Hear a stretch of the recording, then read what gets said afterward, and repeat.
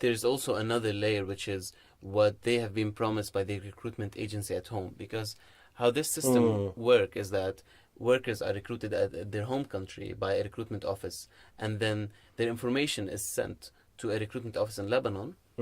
And then when an employer in Lebanon agrees to hire the worker, they would travel to Lebanon. So they are promised something there, and then they are getting something else here.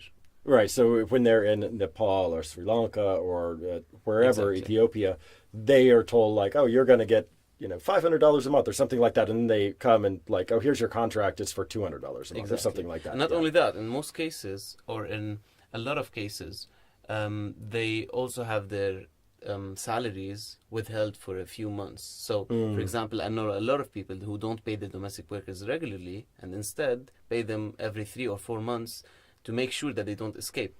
Yeah. This is one of the also the very indicative dynamics that exist between employers and migrant domestic workers. And apart from that, you have all the major issues of exploitation and abuse, verbal, psychological, sexual. And this has led to such a catastrophic situation whereby, according to IRIN, the Humanitarian News Network, 2 domestic workers die every week in Lebanon. And when we say domestic workers dying every week, a lot of them are dying of unnatural causes. Like Human Rights Watch in 2008 said, 1 domestic worker dies every week of unnatural causes.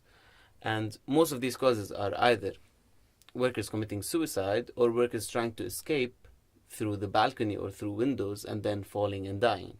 So in both cases, it clearly manifests the amount of pressure and exploitation that exists that forces the worker to escape in this way or commit suicide.